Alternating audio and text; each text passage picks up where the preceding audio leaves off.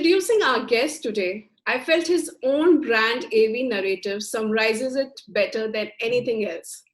Any youngster coming to Mumbai, make it a milestone to live in a home that has his name on it. For all family discussions around home buying, his brand always finds a reference, and for those who manages to buy a home with them, it's the ultimate achievement of their lives. Yes, you guessed it right. We are talking about a legend amidst the real estate stalwarts, Dr. Niranjan Hiranandani. He's the managing director of Hiranandani Group and also national president of NAREDCO. Thank you, sir, for joining us today on Let's Talk Business by RealtyNXT. My pleasure, Kritika, to be with you today. I'm looking forward to the interview. So I want to know from you first is you have been a trendsetter of sorts to see the possible uprise of a location way before anyone else does, be it Powai, Thane, or Panvel. So how do you do it? You have a 100% record, of creating lead over competition. So my question to you is, what factors do you think have been crucial for you to make such decisions over a period of time? And according to you, which other location may hold such possibility, to flourish like Powai or Thane in next 20 years? Kritika, thank you very much for all the compliments. The issue is very simple, actually. Property is all about location. So you have price locations, you have iconic locations, you have locations which have great ego into it. So it's whether you're in Delhi or Mumbai, there are always going to be locations that people would buy to go and stay because they are iconic locations in terms of how they have grown, the infrastructure is developed in the area. So in reality, what happens is those who are in the real estate trade and want to go into larger projects, obviously have to identify locations which have a good future. In sense that you have to anticipate which direction the city is going to grow, how the infrastructure is there in that location, and what is it that you can add to it. Because ultimately, it's about what you can do as an add value for the location in terms of infrastructure, in terms of amenities and all. So for example, Kritika, let's look at Powai or Thane, for instance. We developed not only the building areas, but we also developed the gardens. We have 100 acres of gardens and forests around Powai. 100 acres, that's a big amount. Nobody ever dreamt that a city like Mumbai, you could get 100 acres of gardens and forests around the project area. Then we made all the roads into concrete. We kind of put all the ducting underground, so you don't have to pull out cables, and every time, even for electricity and other things, you just pull in cables through the pipes, and ducting for telephones and so on and so forth. We created the first sewage recycling plant in a private layout in India. We did and we maintained these areas. We put up a school, one of the finest schools. We put up a hospital. We put up a go-karting track for youngsters. So all these things, when we put up, it became a holistic destination. So it's not only about choosing a location, Kritika, but actually developing one. And when you develop the location which has all the figuratively kind of artistic destination, you find people loving the architecture, but actually not only looking good, but being good in sense of the amenities being good, the good waterproofing, seeing to it that you have common facilities which are possible, swimming pools, clubhouses and others, much before other people did it in India. So all in all, we kind of continue to identify locations. As you mentioned, Powai, Thane, Panvel. We're doing Chennai. We're now doing Alibag, which is just at the boundary across the harbor where we have a ro-ro connectivity. Pune, for instance, we are looking at that very seriously. We have done places. So all sorts of places in the western and southern region. The north, of course, has its own beautiful locations around the NCR area. So a lot of development has taken place in these areas. But a lot of it is lost out because they didn't develop adequate infrastructure around those locations. True. And that is a big lose out. So if you kind of focus on developing infrastructure within the layout and nexus to it, I think most locations can become iconic.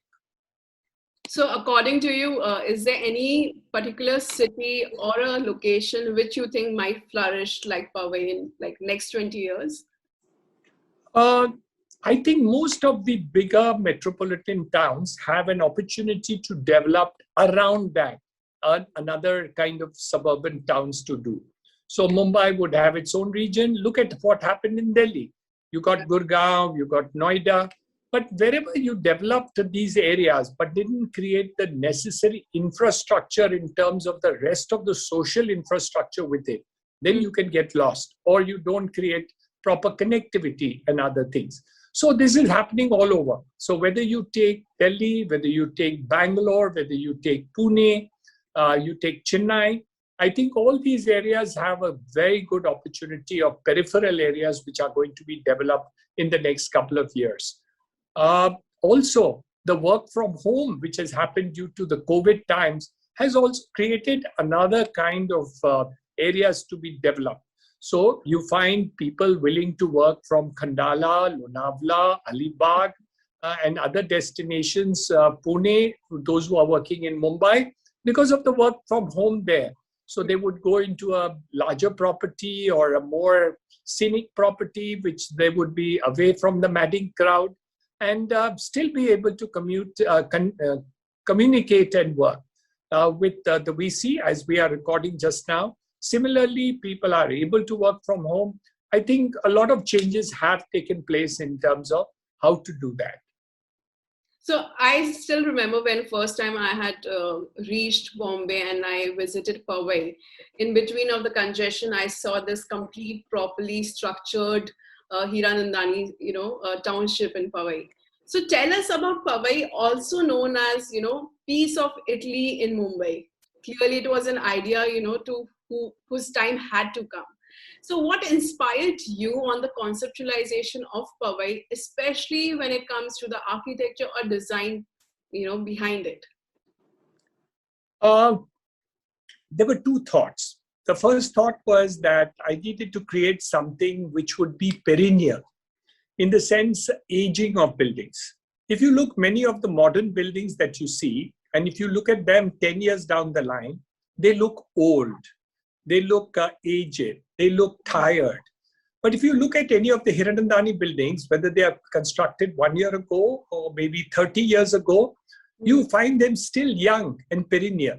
True. So you still enjoy them. They're very attractive even after 10, 15 years, 20 years of doing it. One is, of course, maintaining them. But besides that, even the architecture makes it look beautiful even after many years. And if you see them after 50 years, they will look equally beautiful. I remember a visitor who had come to Powai, and we were driving around to go to another location, and he said, "Oh, this looks like a lovely new building." And I laughed about it, and because the building was already 18 years old, and he thought it was a brand new building. So not only that it is attractive in terms of architectural, but the idea was giving it a perennial thing. Number two, we also thought that we wanted to create something which would be different in terms of architecture, which could be done. Of course, we could have chosen something in terms of a North Indian style or many other things. Somehow, after studying a lot of architecture, we found that nobody had done the kind of classical architecture which we took up in terms of any of the buildings, except for the older buildings in South Mumbai, like the Corporation Building, like the Victoria Terminus, the Chhatrapati Shivaji Terminus now, a railway terminus, those in South Mumbai, which are heritage buildings. We didn't find anybody really doing that again for a long time.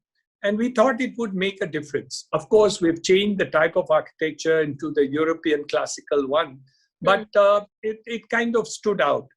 Fortunately for us, it caught on. And a lot of builders, even in Delhi, from Delhi, actually copied our architecture and then made it their standard form whatsoever. Unfortunately, many of them didn't make the quality of buildings as good as we do. But nevertheless, this type of architecture has caught on, and it looks very beautiful and perennial. So that was the reason, Kritika, I kind of focused on this type of architecture. And even the detailing you went through, I've been noticing your journey, and I've seen the AVs done from Nat Geo, and so many talks you have done. The detailing, like making sure there is no leakage, because in Bombay we face so much problem when monsoon arrives. So Hiranandani buildings, if we see, are completely not just timeless in terms of the beauty, but also those nitty-gritty details have been taken care, where I'm sure now a lot of builders are now making sure they also imply that, because every customer has their experience and they try to compare it. And I've always heard that your township has been spoken maximum about in terms of not just a person moving in, even how the quality of the whole apartment is when they start staying down the 5 years or 6 years. Yeah, so there's a story to that, Kritika. When we started Powai, we kind of called our chief engineer there, and we said that, so many buildings we have seen, but they all leak. The bathrooms leak, the terraces leak, and as you said correctly, the monsoons in Mumbai are quite horrendous in terms of the quantity of rain and dashing onto the walls. And he said, all right. And he walked out to the room, and I heard him laugh outside. And later on came to know that he was saying that he had worked in 2 of the top companies in India before joining us. And, all buildings in this country will leak, and especially in Mumbai region. But it's okay. It doesn't matter if it leaks and all that. People still buy the buildings, and we can sell the buildings, and there's no problem to it. I kind of removed that guy from our job. He was the top chief engineer of our company. We got a younger team and got them to look into and research the ideas of how we could possibly make our buildings leak-proof. The terraces and the bathrooms leak-proof. If it leaked, we would repair them. And if it still leaked, we would break them completely and redo it. And we had a lot of problems in the earlier stages. But now we kind of have put up the practices and made them quite severe. So we are able to get much less problems in leakages at all. In fact, it's very, very, very rare that you will get it, and we will immediately take care of it if it happens. But over a period of time, you're right, we got a reputation of seeing to it that the quality of the buildings and all will not happen and doesn't require graniting, repair and all. Like you have seen, many of the buildings after 30, 40, 50 years start repairing it. Our buildings are after 30 years still look new. And of course, they have to paint them. But having said that, we kind of felt that, people put their life earnings into their property. It's not something very small. It's not like buying some clothes or stuff like that, and, which you can throw away in the next season or in a year or two. But this is a lifetime of investment. You put in your hard-earned money, you put your life savings into it, you put the highest amount of investment. Most of the family people will invest into, they will borrow money, they will have to pay long-term EMIs, sometimes 20 years. EMI is paid, both the husband and wife are working hard to pay off the EMIs. And we think that the people should deserve the quality that we give. And I'm very happy that we get a lot of second sales from people who have already bought their apartments from us or references from them and others, and they're pretty happy about it. So I think we've benefited the consumers and all the stakeholders, and we have set a quality standards which are probably pretty high.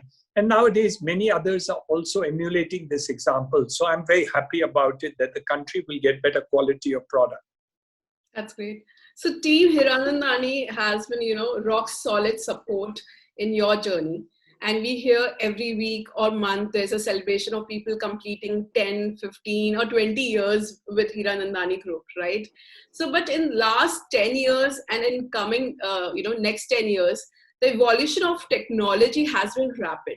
So my question is, how do you make sure as a leader, you hire the right person, or those who are hired are motivated enough to keep a tab on the latest offerings of, especially of technology, to maintain the edge for the group? Kritika, you have touched a raw nerve. It's tough. Really, for a successful company, it's even more difficult. Partly because people tell me, Niranjan, you're already successful. Why do you want to make these change? Why do you have to go for innovation? Why do you need to keep on innovating and improving whatever you do? Why do you need to use new technology and stuff like that? And people don't understand that we don't want to be a yesterday wala. We don't want to be a have been. We don't want to be somebody who doesn't match up with the current situation. So yes, we do constantly innovate, both in terms of construction technology, in terms of technology to help us in terms of maintaining our marketing, going digital in many ways, using different technologies for the purposes of accounting, managing the projects in order to see that project managements are done properly. All this is now technology driven. So what really happens is, to a great extent, of course, people are more important always. On top of the technology, if you don't have good people, Kritika, then technology is useless. It's you just can't have the best computer or laptop or instrument or mobile or a best kind of system and don't have good people. You have to have good people to run them, use them, and be able to actually take advantage of, both for the company and for all the other stakeholders. So it does happen that we kind of use all technologies in all possible directions that we do. Tough to make the changes happen. You have to convince them and you have to carry your team. But fortunately, even those who are 30 years working in my company do make changes, sometimes reluctantly, but they do. That's good to know. Yeah. Right now, technology is very important, especially after pandemic. A lot of developers have realized that technology is there to stay, and to match it up, it needs to be, there in the place, especially not in-house. The Proptech companies' collaboration and everything is a bit important. So I want to know, Hiranandani Rentals, is one of the latest offering from your brand. What exactly is the motive behind this initiative? Hiranandani? Rentals. Oh, Hiranandani Rentals. Yeah. We realized over a period of time that many people want to buy an apartment for their own use, but many of them want to buy it for their own use for their children or for the future of their growth or whatever it is. There's another group of people who want to buy it for the purposes of getting rental income. And we suddenly realized that all these people were being catered to by outsiders, but we within the company didn't actually build up a kind of a back end which would take care of the rentals for people who had invested in our company, into our properties, and actually give it out on rent. Yeah. So along with channel partners who do a lot of this work also, we started Hiranandani Rentals, partly because we wanted these investors to be taken care of, their property looked after, and also the fact that they would be sure that we would take care of the infrastructure around these properties and others, because those properties were developed by us and looked after by us. So we kind of help all the people in order to get the rentals. In some cases, the marketing team have given some assured rentals to people as schemes for the purposes of doing sales, for the purposes of this. This gives a great amount of confidence to the house buyer that they don't want to use the property immediately, or they don't know immediately what to do with it. So they invest into it, and we help them with the Hiranandani rental schemes that are working with us, as well as getting opportunity of getting outside people who want our properties for renting. So it's a kind of a new offering in terms of service side to people who want to buy apartments, and really a service offering which will do that. Of course, many of them would go to outsiders, for the channel partners who are outside our realm, who also do this business. But we kind of also do it there. Some come to us, some come to the others. We kind of have a great time, working together. So there are many direct marketing coming into the forefront of late, where stressed time developers are looking out to outsource their marketing sales to such companies who are able to achieve the numbers faster, for helping developers to stay afloat. So do you see this as the next big trend that can emerge, where developers would focus on planning and construction, and a special expert team will be hired for marketing? Can we see any such engagement on behalf of Hiranandani Group in future? There is a lot of such things happening worldwide. Yeah. These kind of practices are there all over the world, where investors will buy the property. They would give it to a project management company for the purposes of development, who would hire contractors, get architects, do the development, and then probably put this thing for sale. And Right. at the same time, you would get marketing companies who would be able to do the sales. It's happening internationally too. So now that it has come into India, I think it's a very good resource that we have, which will help a lot of people in order to aggressively get into the marketing side and look after that and specialize as marketing companies. So it's a good service. And I think, why not? We can all look at those acts. We internally have a huge, strong marketing force. But when we go to newer locations in different places, we sometimes don't want to develop a brand new team, a completely new team or recruiting team people at the initial stages for the purposes of sales. And we could also look at, and we do look at, outside agencies for the purposes of marketing our companies. But in the centers where we are already very strong, places like Powai and Thane, obviously the internal team is much more successful, and they have a lot of linkages with the existing customers and clients that where we enjoy a lot of goodwill, and with the channel partners. So there we hardly get a chance to outsource it. But in other places, yes, we will look forward to that.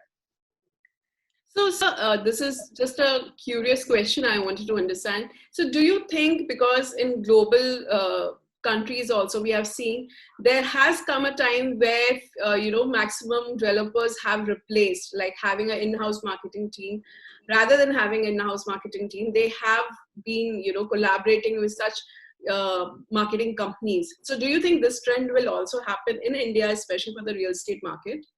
It is already happening. However, Kritika, may not be to the extent to which it is happening overseas, because people here, to a great extent, the marketing or a product thing in real estate in India is very localized. And there are a lot of strengths to a local, gyan, knowledge, domain idea about what's happening in a particular location. So it's not necessary that these people would be successful in every location and in every place, in every time. But yes, they are going to be very useful, and they will be very successful, and they are bound, this service is bound to grow. I'm very confident that this is going to continue to grow, and more people will use the services of specialized agency. Kritika, look at it. There was a good old time during my earlier ages when we never had ready-mix concrete. Yeah. So we would actually mix and create concrete on sites. So we would get cement, we would get sand, we would get khadi, we would get all this, we would run the mixer on the site, and then we would check that, and then we would pour the concrete, etc. Now all that is gone. We have ready-mix concrete plants which have taken this place.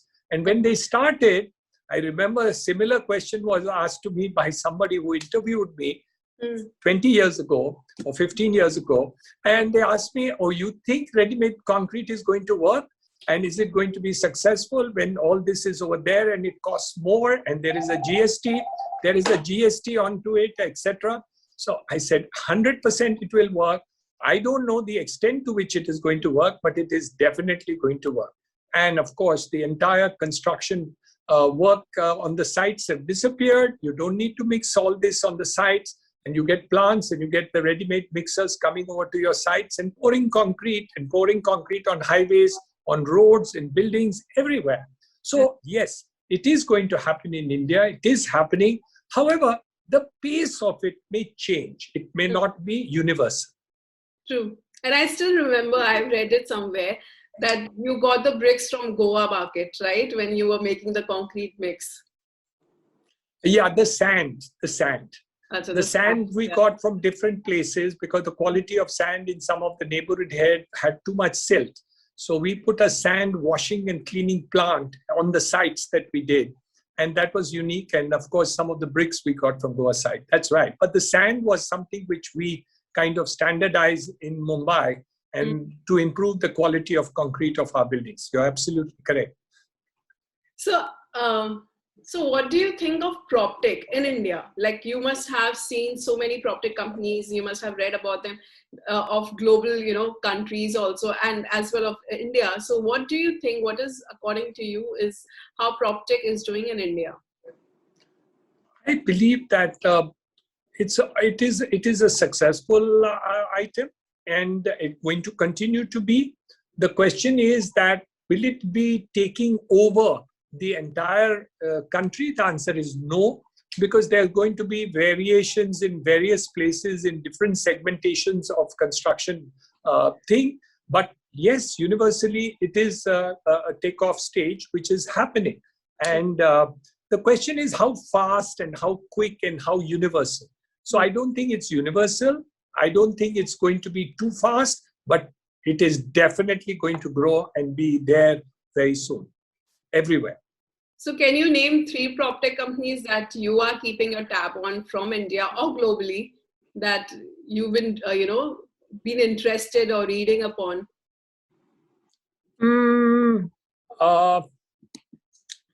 On the sales marketing side, the Seldu does work quite well.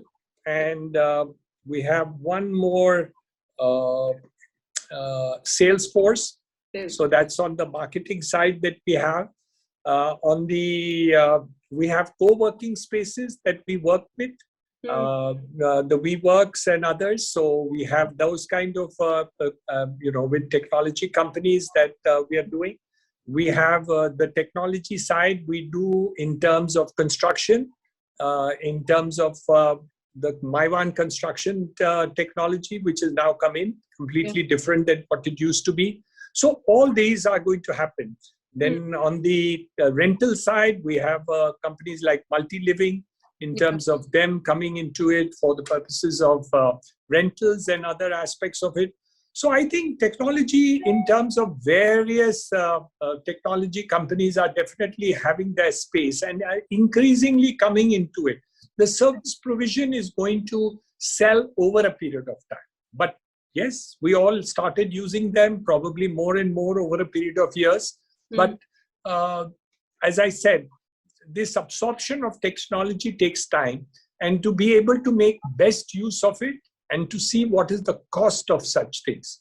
So there's a question of the price and benefit ratio. So many of them sometimes are outpriced. So we have to wait till the prices of this technology becomes affordable, usable, friendly, and we give a multiplier effect to the developer. True. So now coming to commercial real estate, going forward, how much opportunity does India have when it comes to REITs, according to you?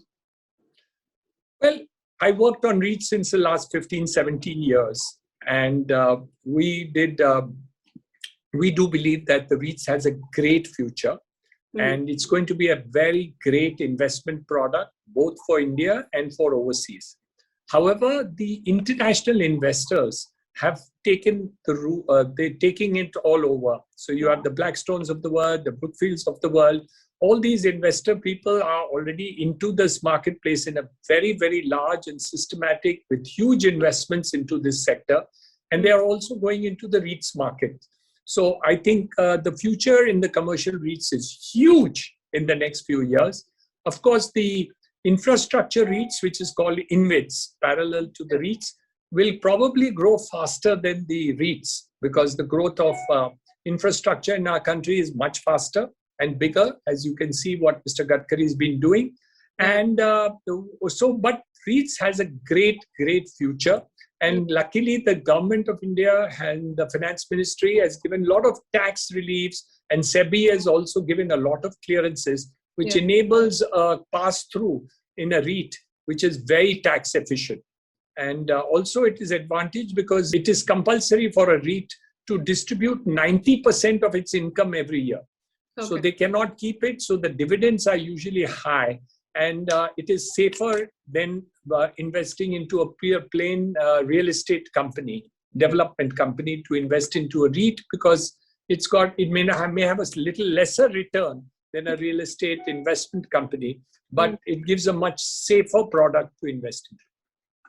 So with COVID-19, pandemic raging, businesses are looking to adopt cloud servers as a work from home because, it becomes the new normal. So as per JLL recent report, India's data center market required rupees 23,000 crore investment in 3 years to meet the demand. So how do you think this need gap can be filled, or how aggressively are you working on the data center side? Oh, my son is in it. Niranjan Hiranandani has put up YOTA, which is the data center company that we have done. We are very, very bullish in it. And as you said correctly, it's likely to grow tremendously in the next couple of years. We have a commitment to it, which is very high and very large. We have the largest data center in India, Asia actually, in Tier 4 in Panvel, Navi Mumbai. And we plan to put up the second one in Noida and the others in Chennai and other places. So we are very bullish about it, and we are invested very heavily into this subject. Okay. So I've noticed between, last lockdown till now, how has been the trend when it comes to, regards to people buying second homes or plotting schemes?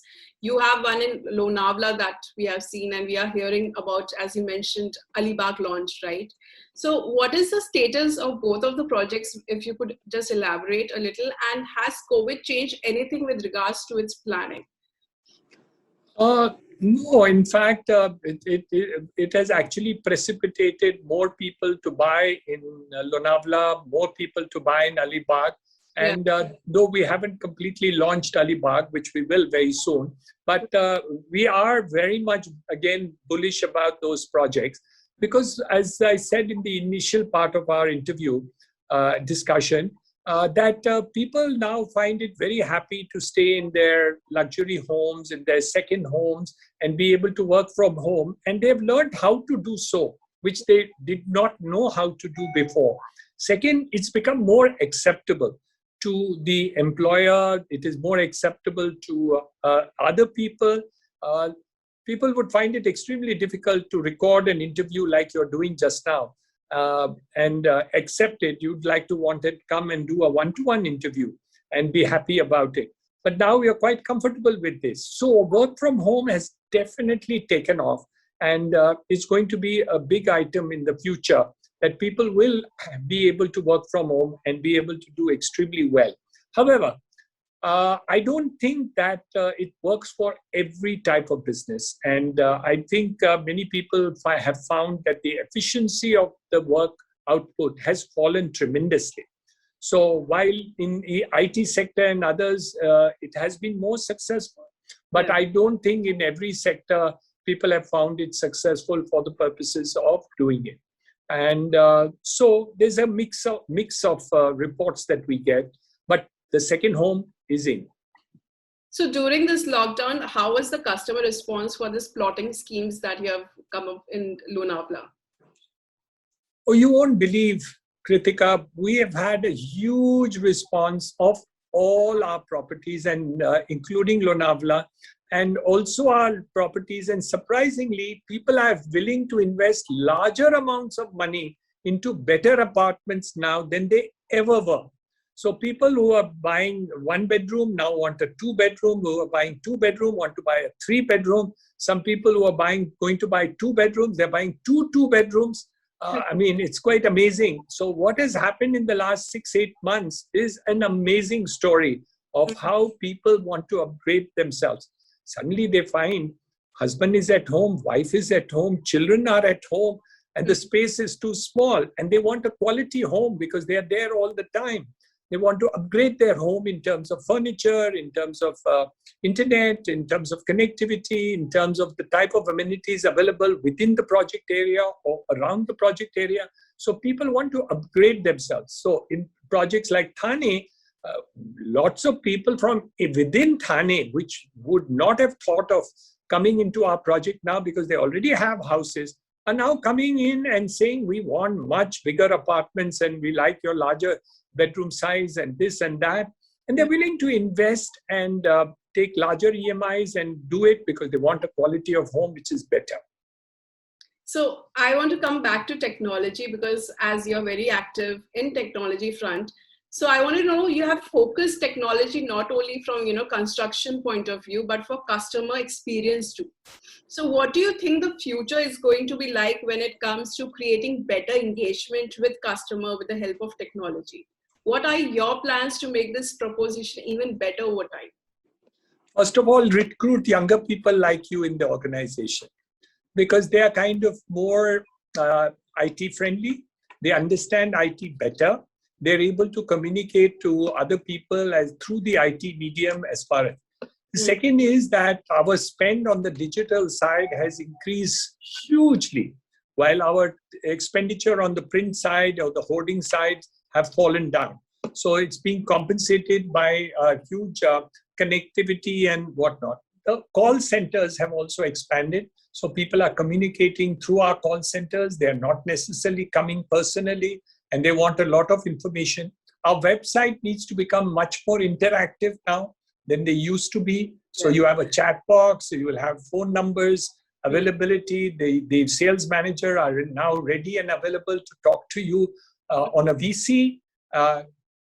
2 years ago, would anybody want to do that? Hardly. I don't think anybody would.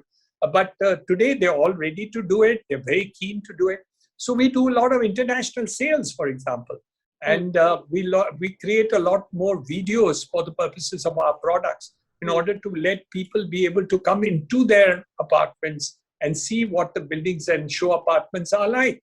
So all this is relating to the new technology, the availability of information on the mobile, on the laptop, on the website.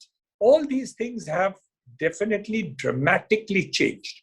And today, everybody's extremely keen that you should be able to do it. Hence, we also get a lot of international sales.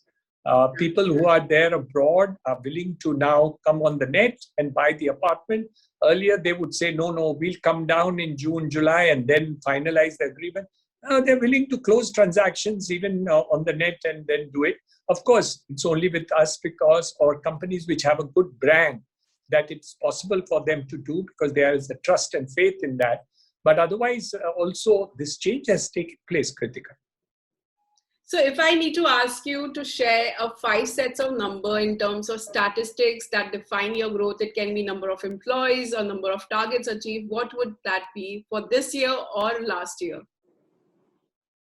I think growth in terms of numbers, in terms of apartments has grown, definitely. Sales has grown. Amount of construction has grown. We would say that our mix is changing in the sense earlier we were considered more a residential company, maybe 20 years ago. Today we do as much commercial, we do IT, we do data centers, we do retail.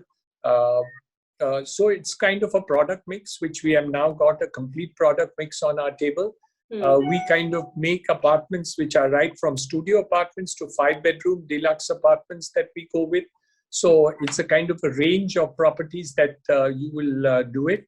Obviously, the quality of homes is upmarket as compared to the rest of the market in the neighborhood. And people would come to us to get a better quality home, better facilities which would be available from us. So the change definitely has taken place in terms of volume, in terms of value proposition, in terms of a service proposition. So if you want a home loan, we will guide you as to which are the banks which would give it to you, how you should approach, and which person at which age group should approach which bank to get the best terms which you do. Some people are selling an apartment and buying another apartment. So they need what is called a bridge loan to move from a second to a 2-bedroom apartment to a 3-bedroom apartment, or one to the other, or studio to a larger bedroom apartment. So we'll get them a bridge loan, which they will pay off part of it when they sell off the first apartment, earlier apartment which they have vacated. Some people will buy a home and then they want to give it on rent. We will help them to do that also. So a kind of a product service mix is now becoming equally important as a quality product. Right. So, yeah. So you have a kind of a a mixed service, which becomes more important today.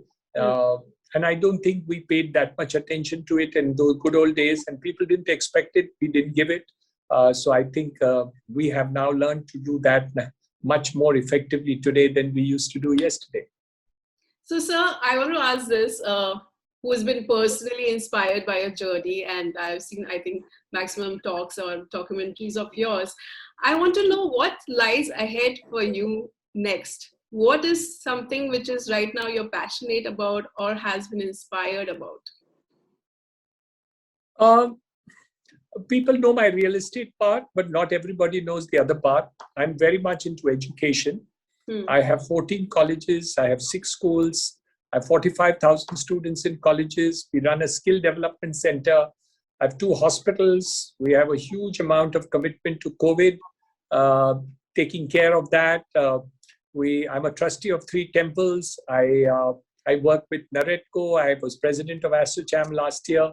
Yeah. So it's basically a mix of doing good in all the segments of society. And I will start in June this year, MBA in real estate.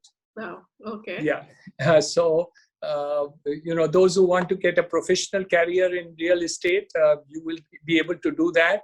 And people would specialize, would be able to learn marketing, finance, everything would be the same. But the emphasis would be on real estate. So when you come out, you really become knowledgeable as far as real estate is concerned. So we are putting up that school. So every year I want to do something, whether it's on the business side of things or on the not-for-profit side, which I mentioned to you just now. Yeah. We want to improve the quality of that. We want to improve the growth in that. And it's always exciting to do new things every now and then. And I do believe that we must improve every single day. So if I made a good building 30 years ago, I must make a better building today. If I made an interview which is good yesterday, I must make a better interview with Kritika today. And I think we all need to see and learn every day, because there is so much new happening and it's so exciting and beautiful. Yeah. And I love the new things that are happening and how the things have changed in terms of technology, in terms of ideas and opportunities which India brings. I think it's tremendous. So I'm enjoying every day of my life. So what keeps you inspiring to be so active on day to day on such, at this age? What makes you, going on, let's do this every day and keep you inspired? Oh, I love what I do. So I love doing the college work. I love doing the school work. I love doing the hospital expansion. I love doing it. We got a new machine, an ECMO machine, which holds the person's, if your lung and heart is not working, we will be able to hold you on till we can treat your lung and heart today. A new machine which we have put in. Everything kind of excites me. When we went online for 45,000 students last year, online, in 10 days of the lockdown, we had 30,000 students online, and over a period of time, 45,000 students online. So, all these things excite me tremendously to be able to create new things. And it's not only money.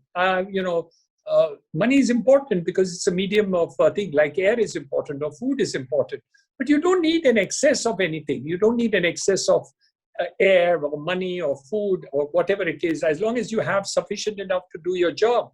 But when you want to do new things or beautiful new things every day, there's a huge opportunity to do it, and it gives me a great kick to have done something new, something more beautiful, some improvement in everything that I do, in a product, in a building, in the colleges.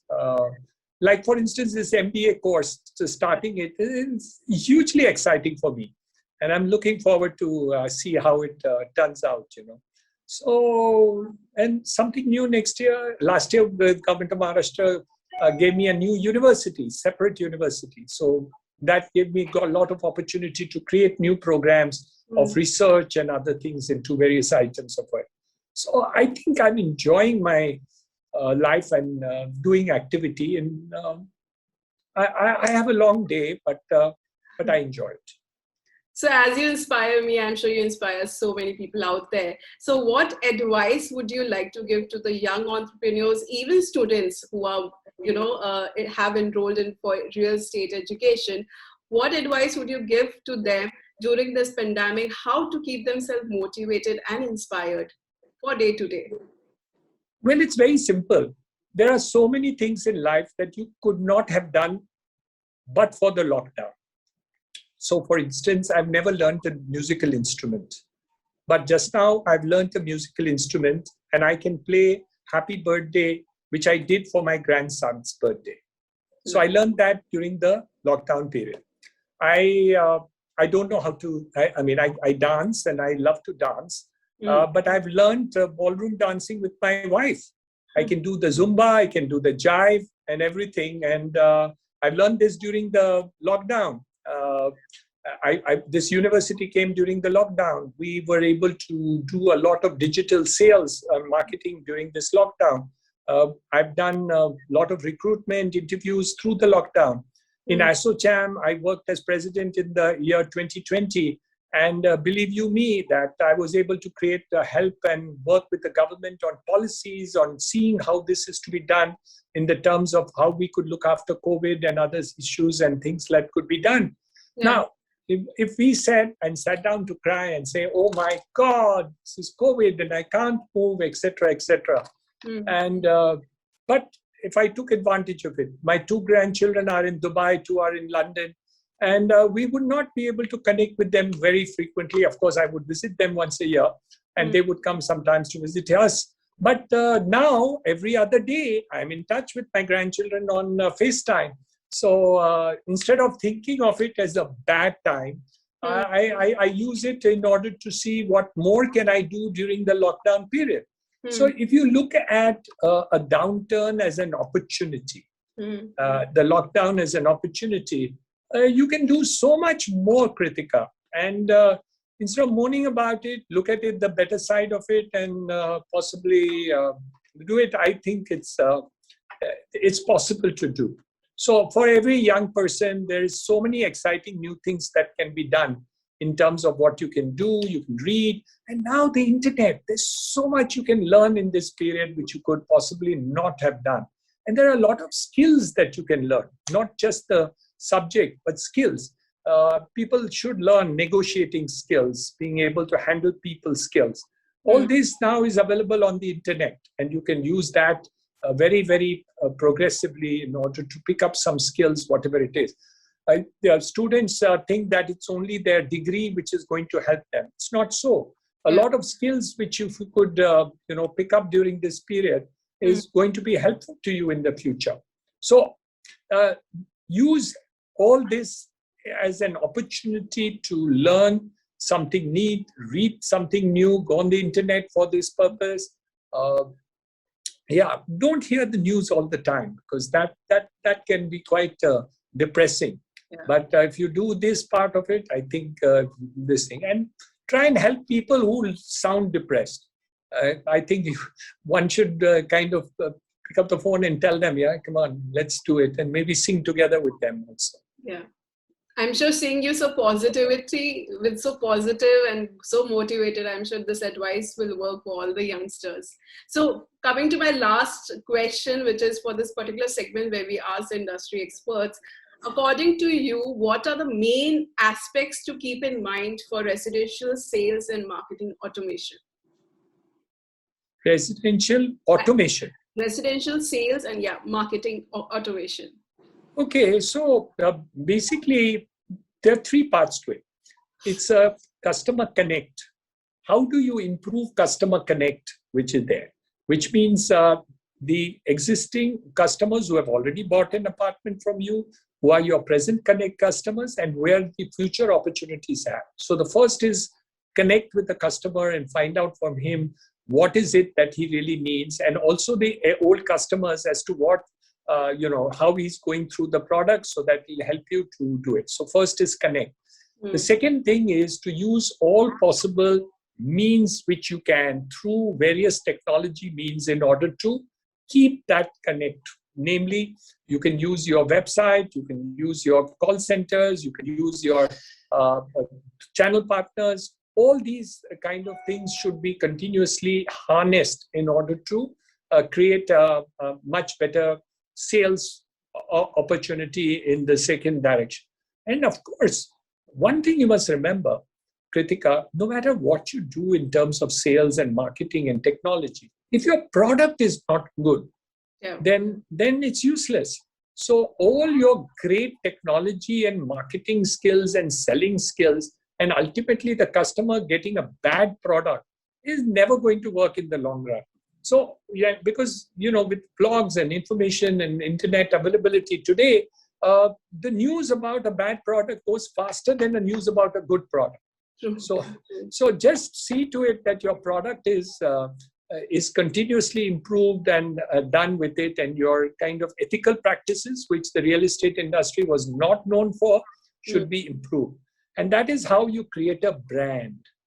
So ultimately, the brands are built not because of it. The product is taken for granted that it will be good, but the service element and the other delivery element in terms of ethical practices become equally important if you want to continue to retain the brand over a period of time. So all this becomes extremely important if you want to remain on the top of the line that you continues to do. So I'll end our interview here. I have too many questions to ask you because your insights are great. I think next session we have to continue this, where I ask you more about your colleges and more on the data center front. It's so lovely to have you on our platform today and to know more about your inspiring journey. It's always wonderful to know more, especially when it comes to the real estate legend himself. Thank you, Kritika. It's a pleasure meeting you. Thank you. Thank you so much.